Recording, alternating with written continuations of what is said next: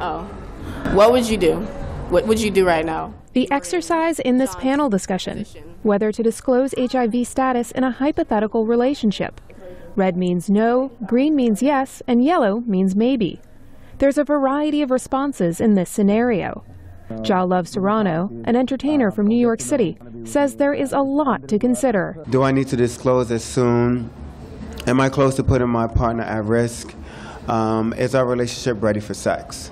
These young panelists have faced the dilemma about disclosing their HIV status. When I date, I openly disclose as soon as I meet somebody, just to hope in that same respect that they'll give me and tell me if they're dealing with anything else or anything that I should be aware that could probably compromise my health even more. Christina Jade Pena, who studies public policy in California, recalls the conversation with her first boyfriend back when they were teenagers. I sat down with him and told him. And it took a long time, it was a long conversation, and he picked me up for a date the next day. And we've been together ever since. That's 11 years and counting. It's proof that, with proper precautions, young people with HIV can have fulfilling relationships with partners who aren't infected. As a teenager or as a young adult who's sexually active, HIV changes its meaning. It's no longer just your disease.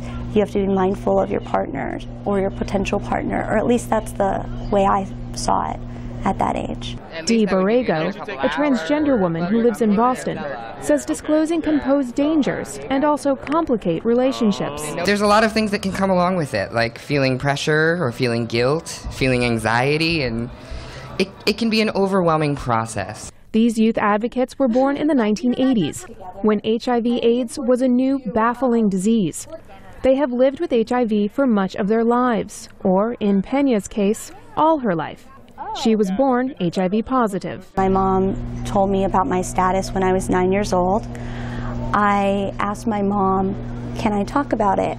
And at the time, it was advised not to be open about your status. She began to speak at HIV-related fundraisers away from her hometown in order to maintain her privacy.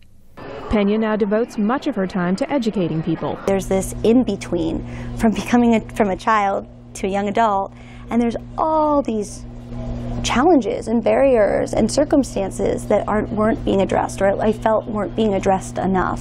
She's part of the first generation to navigate a lifetime with HIV.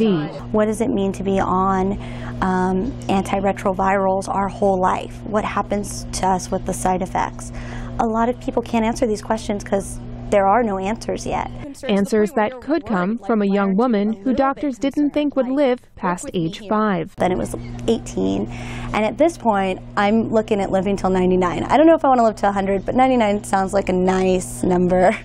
Nearly 5.5 million young people around the world are living with HIV, and almost half of all new infections are among people under the age of 25. Reporting from the International AIDS Conference in Washington, this is Suzanne Presto, VOA News.